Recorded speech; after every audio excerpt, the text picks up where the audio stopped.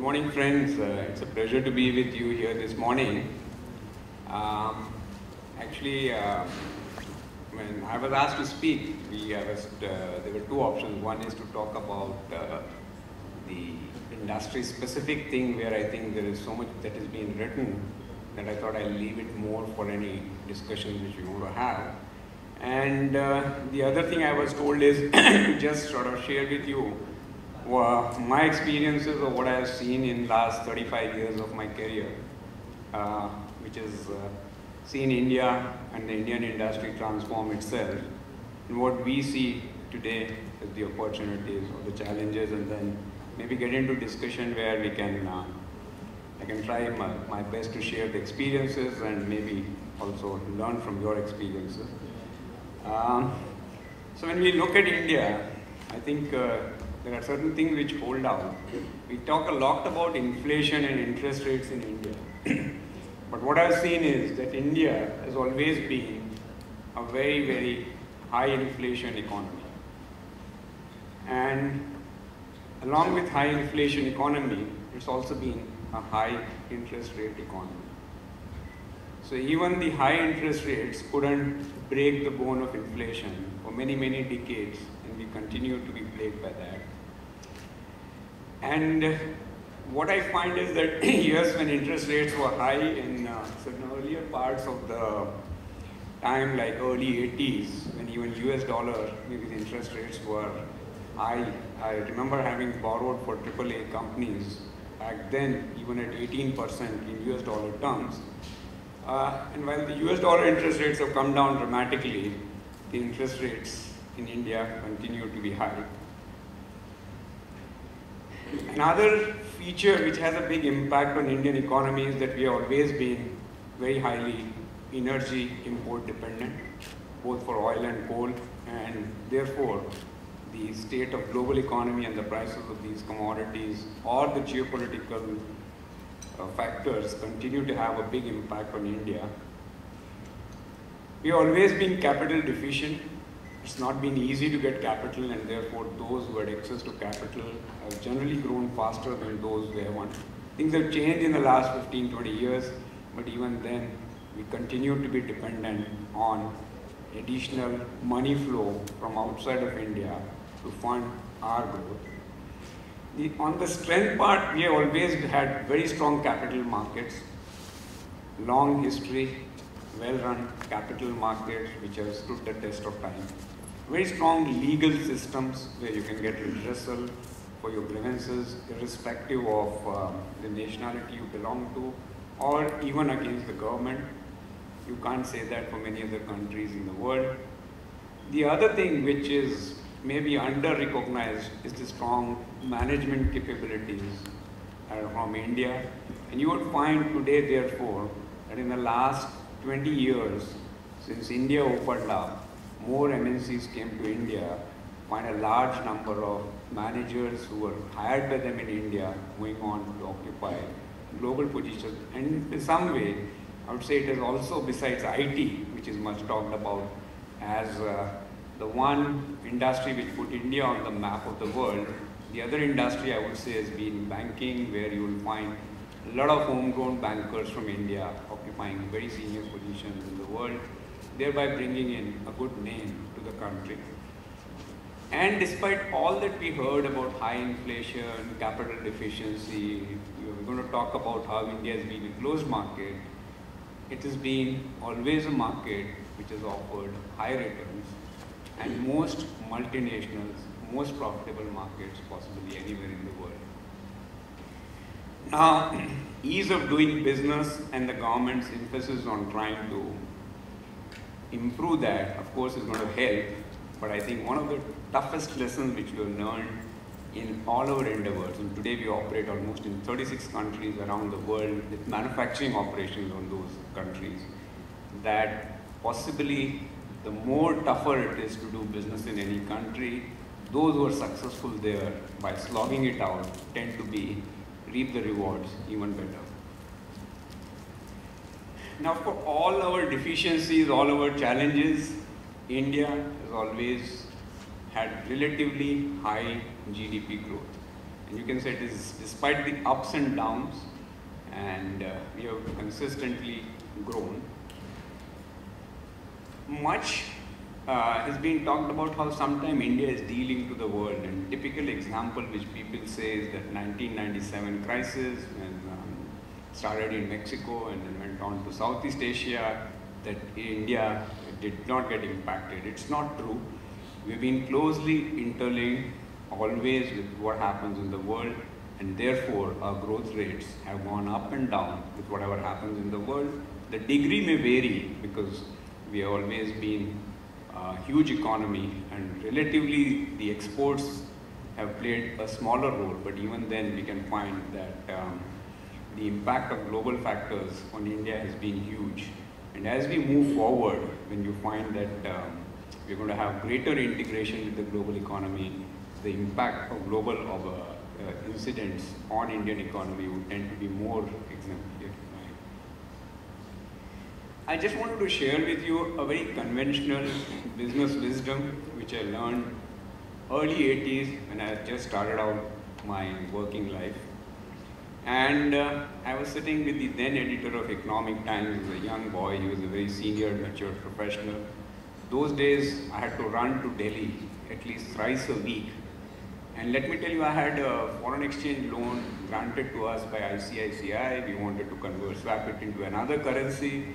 It took me 6 months because I had to get approval from Ministry of Finance to swap the loan, which was anyway being given to us by ICICI, which at that time was a government-owned institution. It was privatized much later. And with all that frustration, when I asked them, this editor that, so he told me, KK, there are 70 crore people in this country. They get up every day morning and know that the only way that they will succeed in life is by toiling hard. So they work hard from morning till evening, and the momentum they generate will take this country forward. If you have a good government, the growth rate will be 1 or 2% higher. If you have bad government, it will have 1 or 2% lower. So just stop cribbing and get on with life, work hard. Now, this thing, though it was coming from the editor of Economic Times, incidentally was also shared by another of my friend who is now one of the most successful investors in this country. His father was a successful businessman, not in that big category that time, saying the same thing.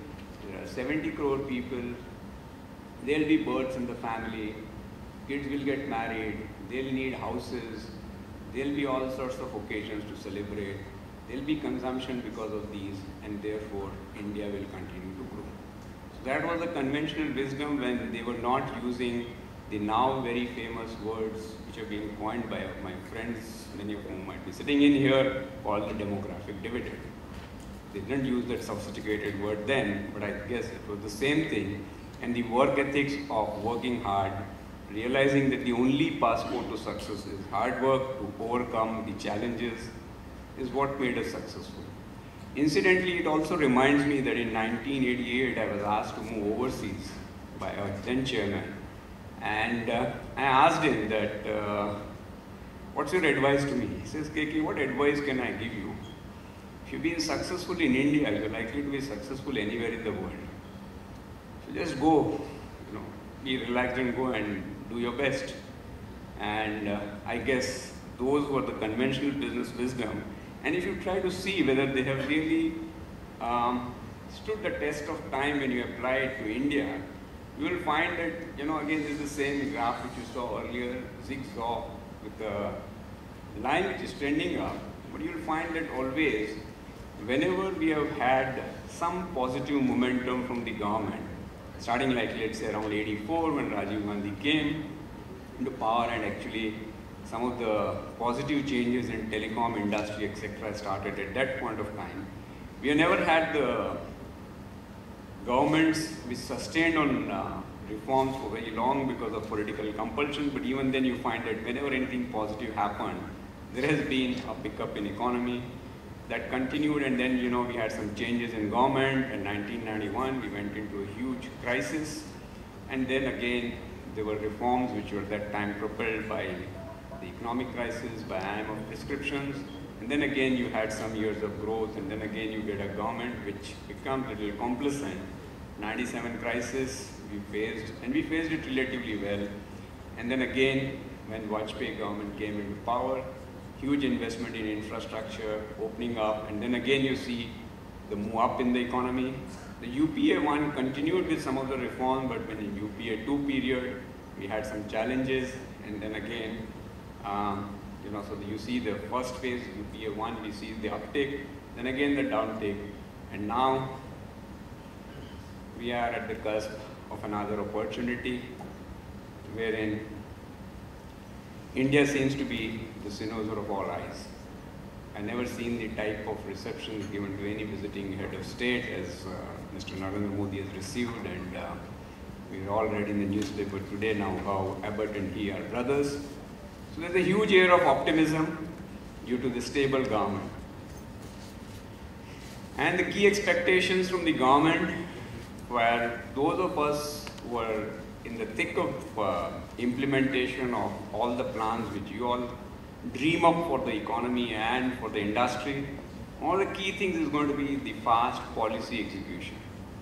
Policies are good, but their execution and the quicker and good implementation of that is even more important.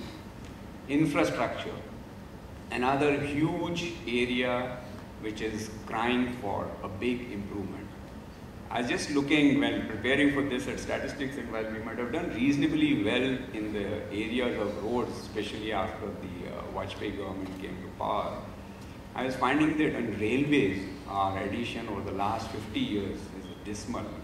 The railway lines added, and obviously we all know that if Warren Buffett, one of the most successful investors, decided to invest post the 90s, the economic crisis 4 or 5 years ago into the railroads as one of the major push for efficiency, then obviously there is some, let's say, nuggets of wisdom for us to look into there. And certainly the government seems to be talking all the right things, and we have to see that these get converted into real implemented practices. The revival of investment cycle, which is very clearly linked to a lot of things, both Indian and global, and I'm going to talk about that, as well as the reforms. And when I talk about reforms, I would say I'm talking more about reforms on the ground level. I'm not talking about any big bang reforms. I quite agree with what Mr. Modi says, that don't look for any big bang reforms. What we have is good enough. Maybe certain places we need changes, but I believe the reforms in terms of how we go about implementing them. So that's going to be the key. So I thought I'd just share with you, when did Mr. Vasco da Gama discover India? Anyone remember that? It was 1497. But it looks like that another 500 odd years have gone by, and no one discovered India, at least if you read the global newspapers. The world seems to have discovered India only in 2014. I mean, if you give the newspapers to a kid who has not read the earlier newspapers, he wouldn't ever think that India was discovered 500 odd years ago. The other problem is that India has always had huge potential, and the ship of foreign money, foreign investments could have sailed to India. And I just thought I'll share with you in my working life how many times have I seen the ship sail past India. So we had 1960s, 70s, late 60s, Mrs. Indira Gandhi decided to nationalize banks, nationalize insurance companies. Then you had 1970 oil crisis leading to high inflations, and the government went into, we had food shortages, and the government took a lot of left-leaning measures.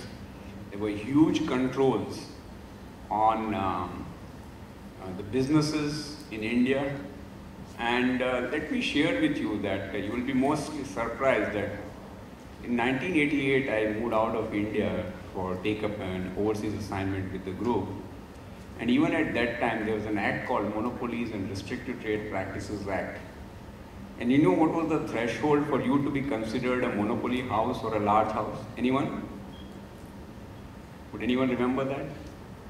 It was 20 crores.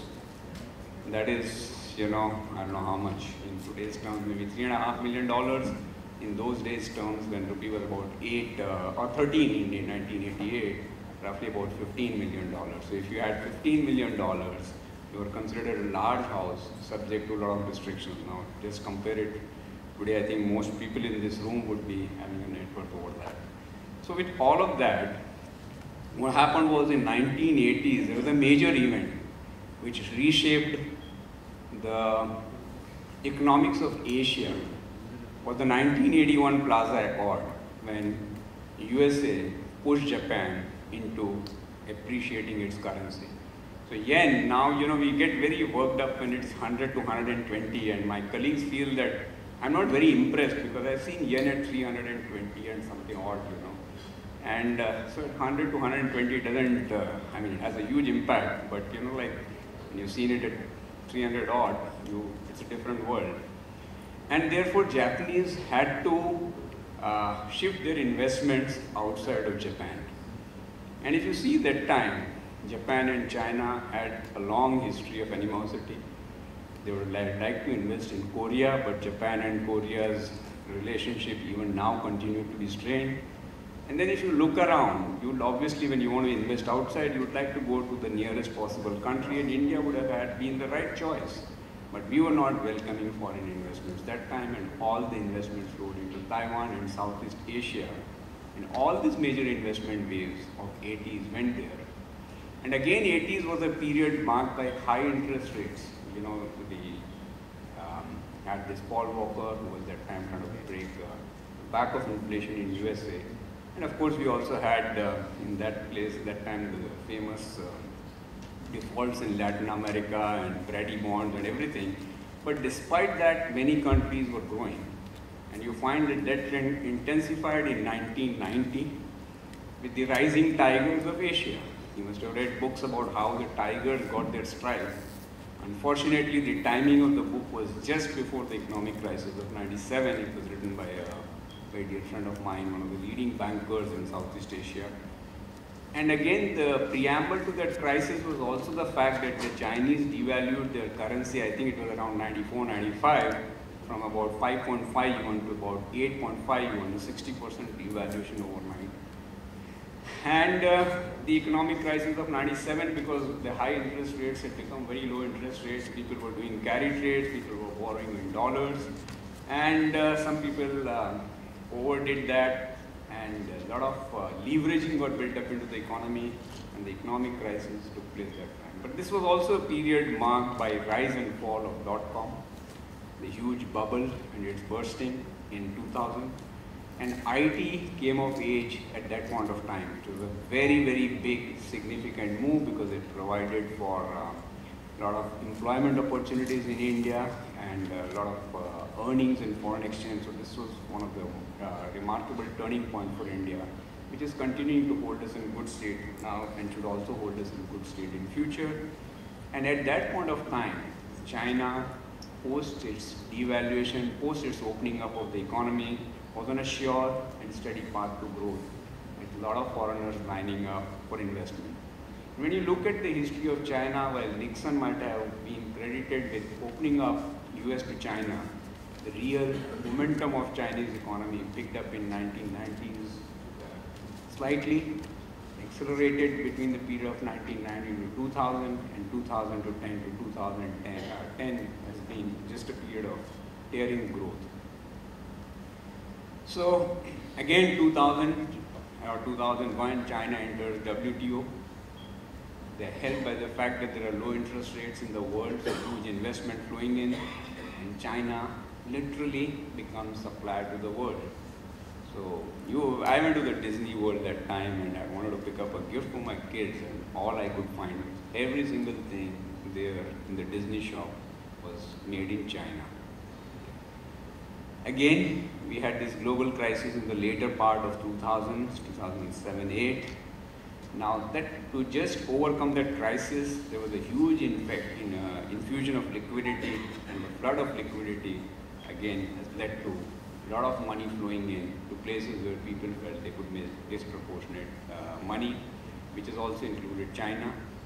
And as we are in 2010 to today, the global recovery is faltering. We see some good signs, some bad signs.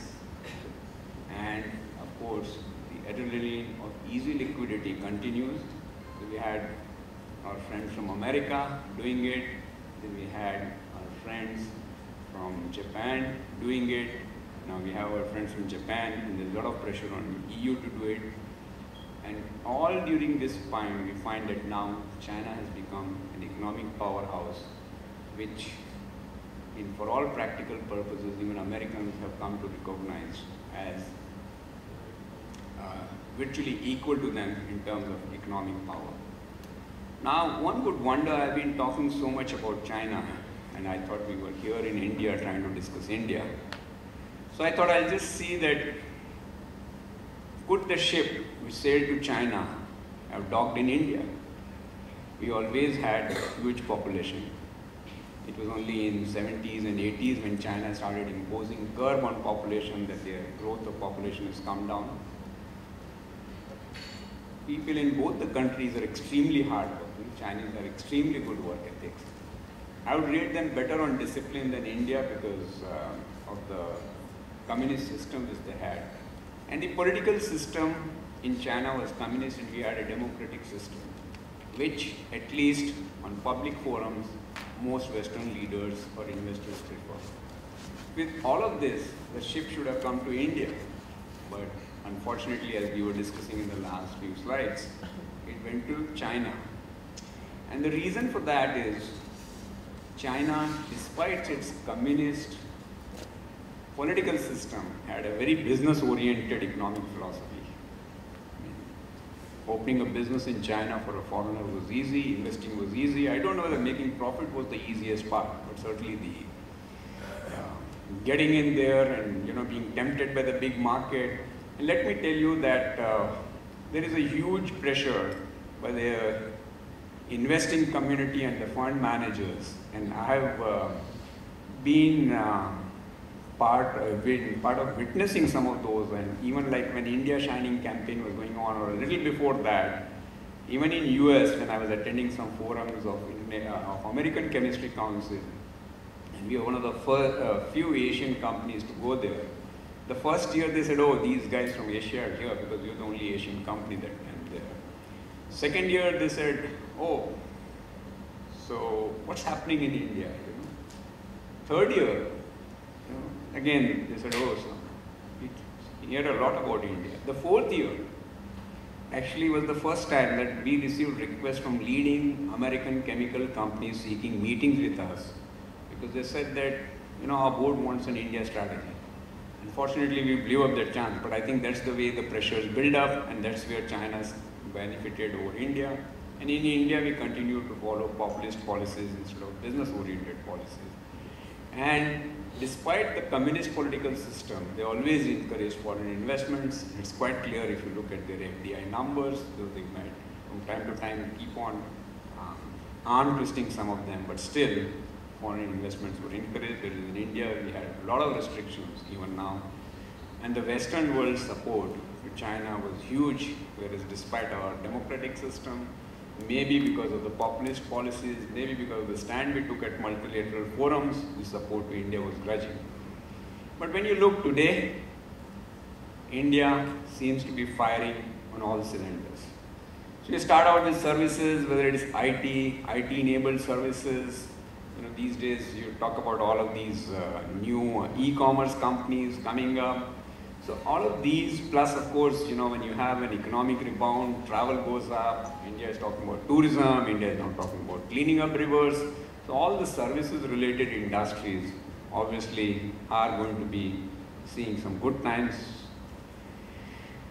Then of course, we allowed our the services sector as a proportion to Indian economy has grown hugely over the last 30 years, but manufacturing has come down. And therefore, cognizant of that, our new government has announced this Make in India policy, encouraging industry, and we do hope that it plays out well.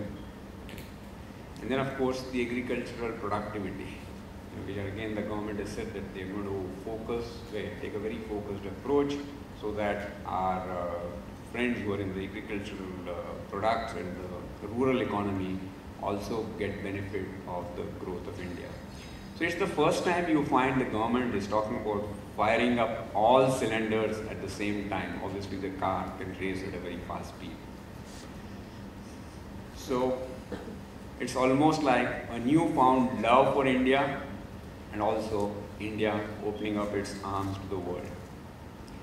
So clearly the opportunities, one in services as we discussed, consumer products, huge population, and with the services industry when people earn money across the strata of society, huge demand for consumer products, infrastructure, particularly I think the railways is a big opportunity, and I think it can help improve the productivity by a big margin in a big country like India, as well as other infrastructure, ports, everything. I think there's a huge scope.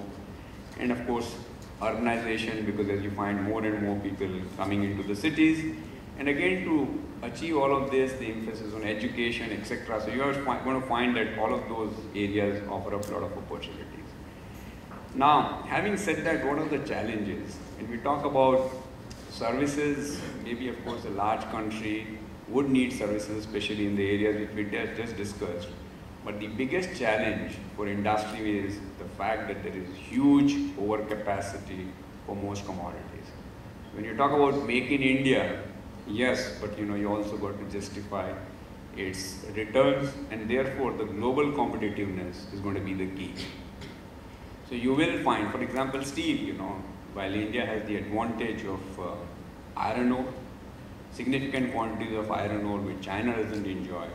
We also have the advantage of some of that iron ore being in areas where also coal is available, which is a very important ingredient. Huge overcapacity and the pressure it puts on the pricing would mean that people who make investment decisions on those will have to think very carefully about their global competitiveness.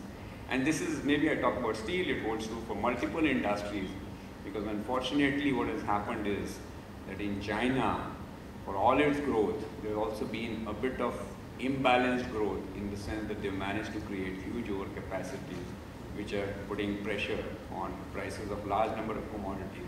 And I wonder whether many of even the Chinese companies can make sustained profits at the current level of prices, but it impacts the investments in other places, including in India. And then of course there is the specter of global growth rate. As and when the tap of easy liquidity is turned off, or the interest rates move up, would the world experience some shocks or continue to grow? Because as we saw earlier, that India does tend to be correlated with the world. And population, my friends, everyone has been talking about, it's our biggest strength. I think huge strength, everyone talks about it, so I'm not going to skip it. But it's also possibly our biggest challenge. And why? Because I was in Thailand for a number of years, and they always used to talk about standard of living and how they have accelerated their standard of living. And I used to tell them every 4 years, India adds one Thailand. So if I had just to maintain Thailand's standard of living in India, just for the additional population, I would have to make as much investment as Thailand has made till date, just to make sure that those additional 60-odd million, 65-odd million people who have come into this world enjoy the standard of living which Thailand enjoys. And Thailand has a reasonably good sort of things all over the country. Every 5 years we add one Germany. So if you wanted to have the standard of living of Germany, I would have to create whatever has been created by Germany over these decades, or not decades, centuries in 5 years. And I'm not talking about the rest of the population, just for the additional population. We divide it by the additional population, the job becomes, I don't know, maybe 20 times more gigantic. Last 20 years, we also managed to add an entire US. And that, friend, again combined with the fact that we have very less formally skilled workforce, becomes a challenge, and this is going to be the biggest challenge for the country to provide gainful employment, and also a huge catching up to do on per capita increase because of the statistics we just shared with you. So what do we do for realizing this wonderful dream? Clearly, productivity, whether it's productivity of manpower or productivity of capital, will have to improve. And again, all the things we had about infrastructure and other things play their role besides skilling of people. Flow of capital, being a capital deficient country, we will have to make sure that our policies are such that flow of money continues. Now, of course, there are two things, even if you think that all the policies of India are right, the world should have enough of appetite to invest, and that would again depend upon what happens globally in terms of the economy. Execution. My friend, this is, even if I got my policies half correct, and even if the flow of capital was half as right as I predict, or you predict, execution is going to be the single biggest challenge. And I say this out of experience. In India, any projects, even when we have given them to the most reputed contractors, we have found that there has been huge challenge in their scaling up, their implementation to make sure that the projects can be completed in time. It begins with the right planning, it begins with the right resource deployment, and it begins with the right execution. And as more and more projects come into execution phase, this is going to become a very big challenge, and we'll have to scale up on the execution capabilities, as organizations as well as the counterparties who work with us on the execution of the projects will be a huge challenge across the board. Then, of course, governance. And by governance, I just don't mean governance at the highest level, which of course is very critical, but governance absolutely across every segment, right up to the lowest level with whom people have to interact.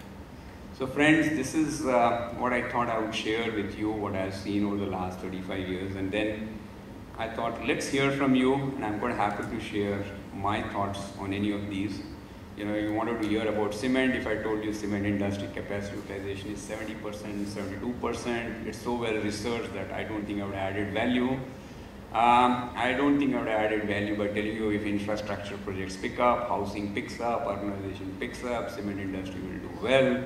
On the supply side, we will already discuss, whether the limestone mines are made easily available, whether you can transport the products easily, will have a huge impact on supply. And of course, what the price of any commodity would be tomorrow is again up in the air. Coal prices, oil prices, none of us would have thought 3 months ago would come down so much. So I think broadly, if you see in terms of trend, those are commodities which will always have good demand. VSF, again, a product which is, you need it for your daily life, especially for the ladies. I find very few ladies here. I wish there were more of them. It's one of the best fabric. The fluidity that comes out of it, the comfort out of it is one of the best products, you will experience. And so we do believe that, those products will always have good demand. Cement, not easily transportable, so you don't get that much impacted by the global overcapacity should it exist, excepting on your coastal location. But certainly for VSF, it's a relatively high-priced commodity, easily transportable. So yes, we get impacted by the huge overcapacity in China, so we'll have to slog our way out till the time that the global rebalancing of demand supply takes place. But we do believe the product has good potential.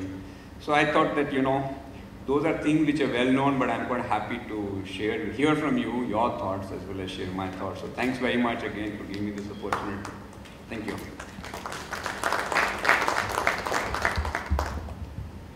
So I think I'll open it for Q&A for you guys, and probably I'll intersperse with a couple of questions which I have.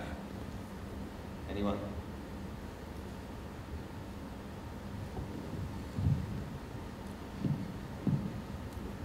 Thanks. So you mentioned about eventually how global things will improve and VSF demand supply will catch up. What are your thoughts currently? You have just commissioned a new plant, and how do you see the commissioning capacity utilization, and how do you see the profitability of this business over the next 1.5 to 2 years? Clearly the overcapacity, when you start up a plant in a situation of overcapacity, it's not the best time for you to start up a plant. Having said that, we had configured this plant to focus more on the upper end products, and at least Modal is today manufactured only by one of our competitors in the West and us. Right now we are manufacturing that product in a plant in Thailand. So it's not like we are not in the market. So we have presence on that globally.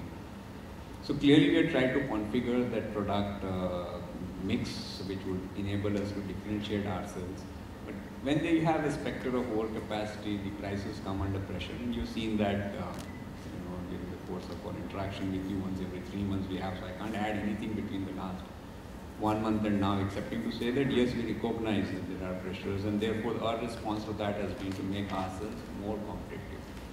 And also, I would say that one of the factors where, again, talking about generally, I think Indian economy or Indian industry was not investing enough on R&D earlier.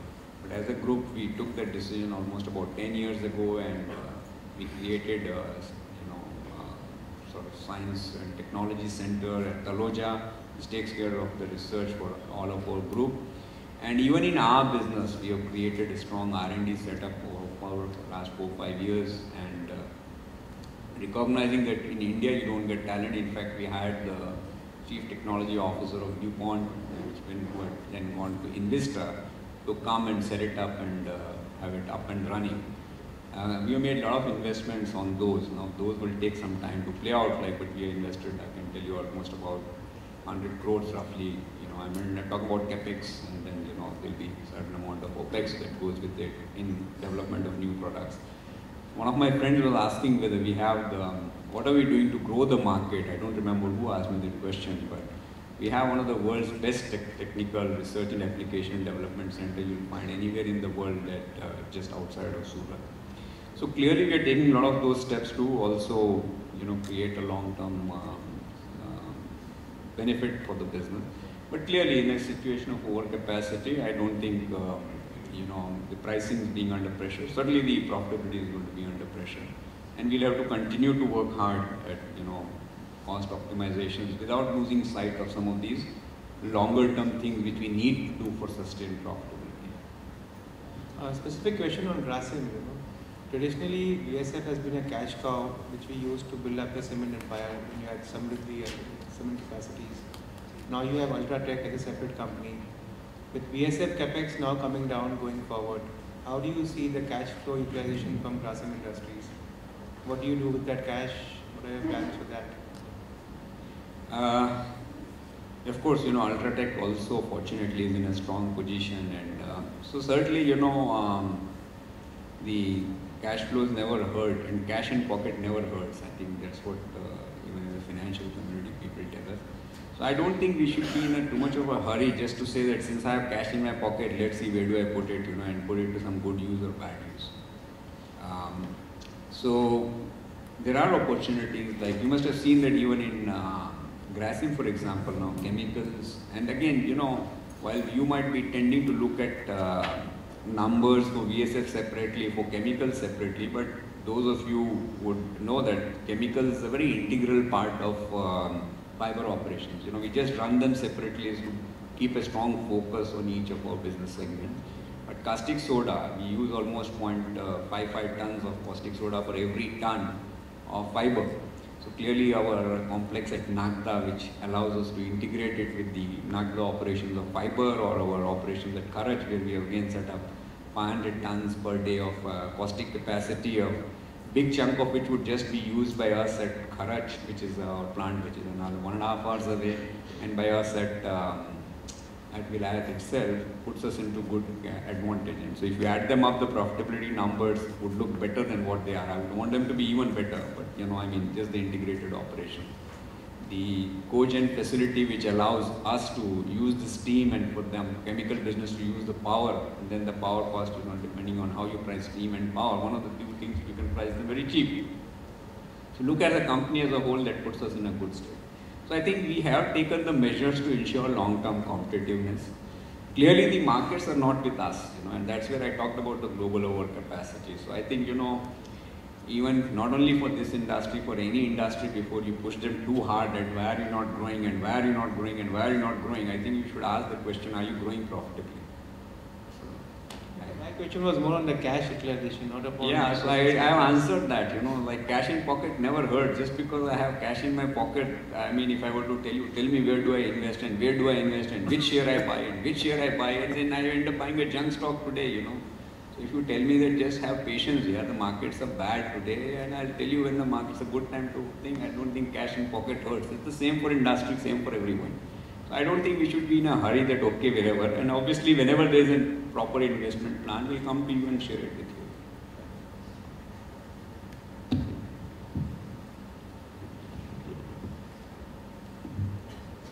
So from 2002 to 12, Grasim had a phenomenal run with the segmental growth were exceeding 40%, but that's also a time when China was growing phenomenally and the competing fiber, 5 out of the 10 years were in shortage.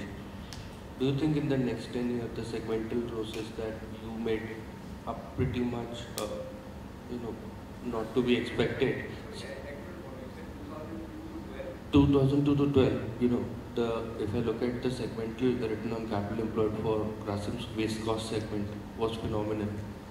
And I'm saying that, 5 out of the 10 years, the competing fiber prices were high, China was growing. In the next 10 years, would those sort of returns be expected or reappear, since the fact that China is also slowing down and at least 3 out of the last 5 years we have cotton surpluses? Yeah, clearly, the current situation in China overcapacity was just that, this easy rush of money clearly led to a lot of overcapacities in a large number of products. I mean, you pick up China statistics, for most products they've created huge overcapacity. And since you must be tracking our competition, you must have read that some of those companies have come under so much of stress despite big support directly or indirectly from multiple sources that they're on the block. You must have heard of a few transactions also recently. So clearly China has an advantage or a disadvantage, only time will tell, in terms of not being held accountable for economic returns the way we calculate economic returns here. So that has led to overcapacity, and it would take some more time for that to work itself out of the system. The growth, again, of any product would depend upon the multiple factors like, the world population will continue to increase.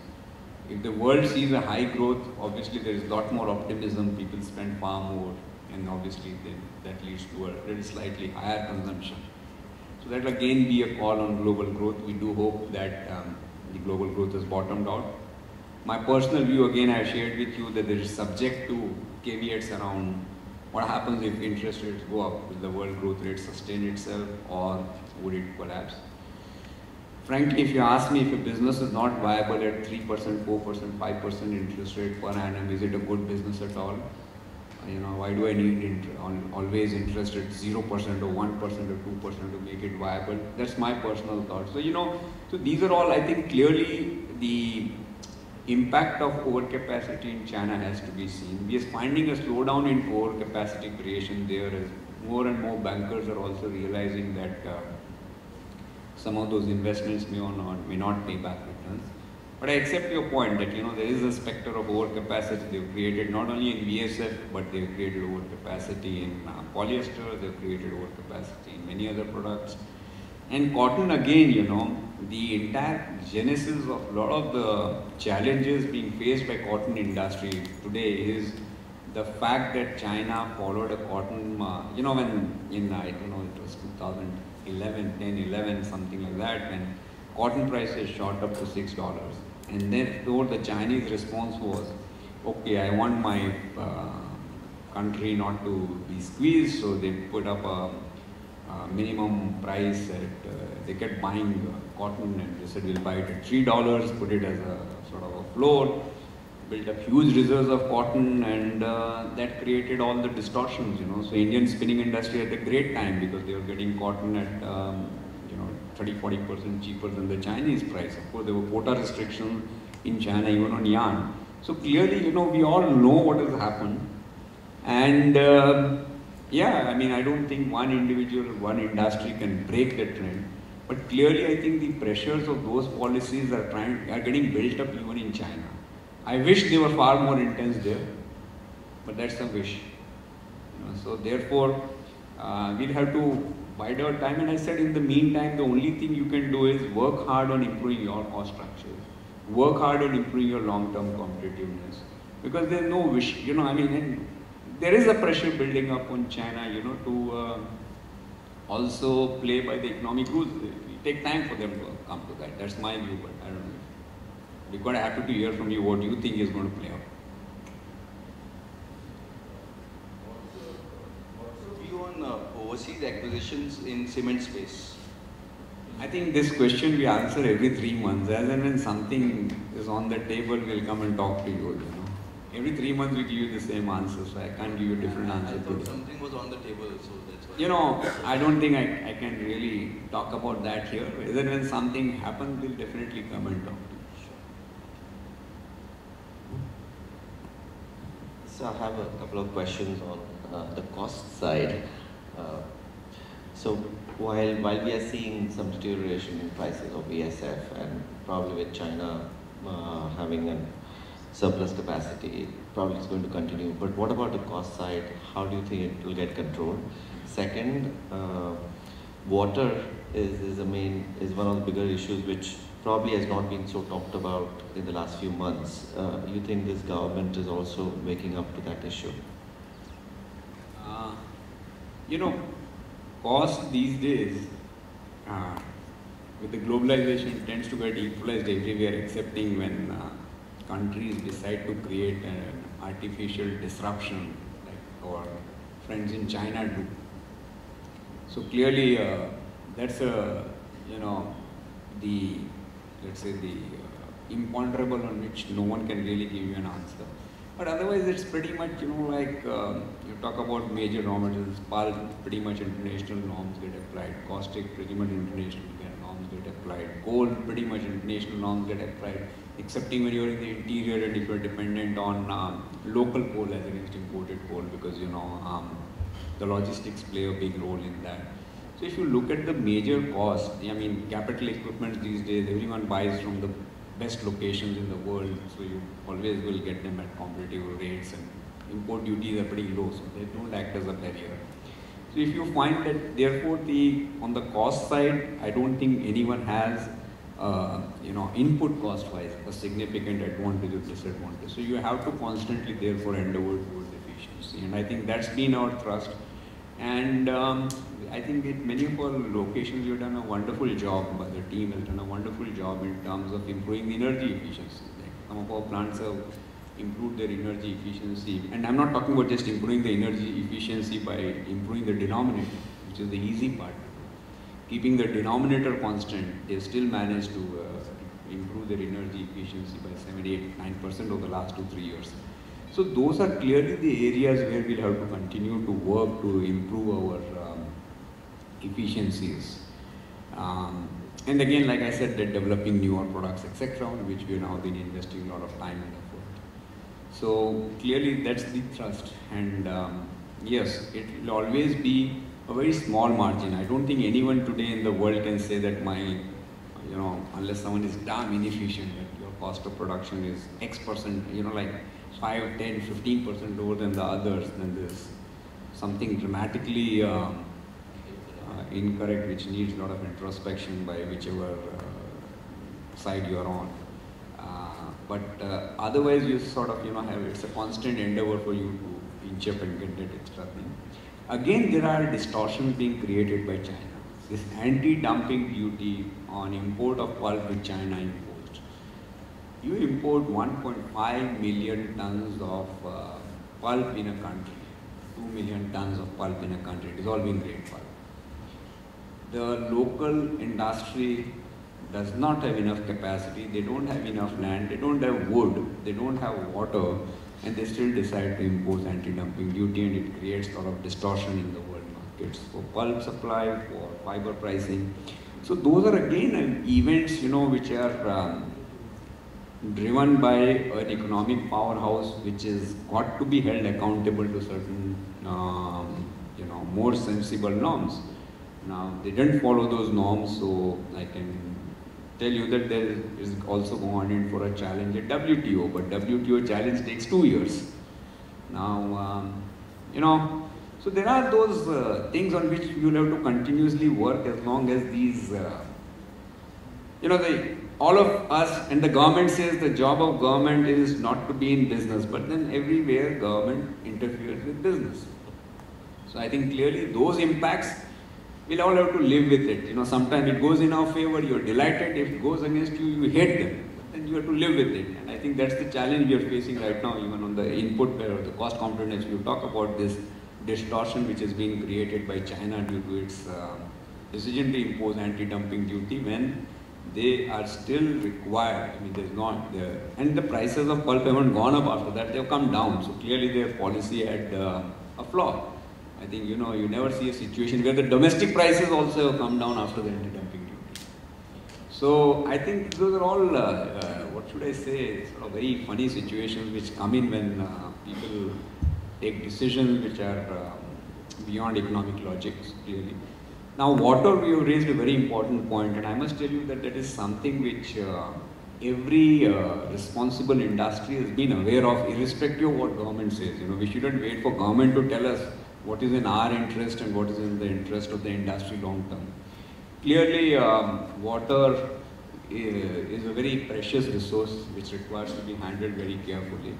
And we have been working on that. So I think, again, something which if you go through our balance sheet, you'll find is that we have been reducing the use of water at locations where it's possible by reutilization part of the streams, which we can, not 100% of it can't be reused, but reutilizing part of them back into the process. So clearly there's a lot of effort that has gone in towards that also. It's an ongoing journey. Like I told you about energy efficiency, we always believed we were very energy efficient, we still had catching up to do. And it's a constant game, so you'll have to be on the treadmill all the time. So same thing holds true for water, and I appreciate that for every industry it's going to be critical. Thank you. Any more questions? And we can take this as a last question because we're running out of time. Hi, just clarification again on the overseas exposure in the cement segment. So when you're looking for opportunities, it is only the emerging markets where you're looking at, or you would be open also for the developed markets? And is there any thought of even greenfield-led exposure in any of the markets? I think we'll share this with you at the opportune time. But I don't know what is, all this definition, emerging market, frontier market, developing market. Personally, if you ask me, America also needs huge investment in infrastructure. So when they start investing in infrastructure, will you call them an emerging economy or a developed economy which still wants to take its infrastructure to a higher level? So clearly, I think these terminologies are good, and then you will have BRICS, and sometimes BRICS will fall, and then you will have, so all of those things will continue to happen. Then you'll have Fragile Five, and then you'll have one of them separating. So let's not get caught up into the jargon. You have to evaluate every opportunity on its own, not get carried away by, my market share, and I've got to do this, and I've got to be ahead of the next guy sitting next to me. You have got to look at what makes sense for you, and that's what we are committed to, and that's what I think over the last decades and decades of our group's existence, we managed to create sustainable shareholder value for them by remaining committed to doing what is in the best interest of the business at all points of time. So that's the only thing I can share with you. Other than when something is on the table, because these are all imponderable, I mean, you can't, anyone who tells you is planning an acquisition, just tell me, I want to buy your house, but you don't want to sell the house. So what's the point in my trying to set my eyes on your house? It's not for sale. So, that's always, so I might have a wish list on an acquisition, you'll always keep tracking a lot of people, but you don't know what is happening. So I think we'll have to leave it at that. As and when something happens, certainly, the balance sheet of the company is strong, we have a good management team, so we'll be in a better position than others, that's all. Apart from M&A, would you also be looking for greenfield when you look for opportunities, you have to keep your eyes and ears open for everything. So it'll again be very dependent, like again I said that each investment decision has to be on its own merits, So like there's no point that just because, you know, like government tells me, okay, you set up a greenfield plant here and in that particular, and you know, cement happens to be a very regional sort of a play. And there's a huge overcapacity. We might have to decide whether we believe that it's going to add value, you know, or not. So I think those are decisions we have to take always at a point of time on that given opportunity. So clearly it's a trust area for us. You see how we have grown. You know, I can share with you like 1985, 86, what was the cement capacity of the group? 600,000 tons. We are at 60 million tons today. So I think that shows that we are committed to it and we are committed to growth. We invested in Sri Lanka, it's been a profitable investment. We went to Middle East when in the crisis time, a lot of people had a lot of doubts. It's proved to be a good investment. So clearly, you know, we would like to execute our plans on the basis of it adding value to everyone. And that's what I think would be in the best interest of everyone. Thank you. Thank you. Thank you so much, everybody. Thank you, Mr. Maheshwari.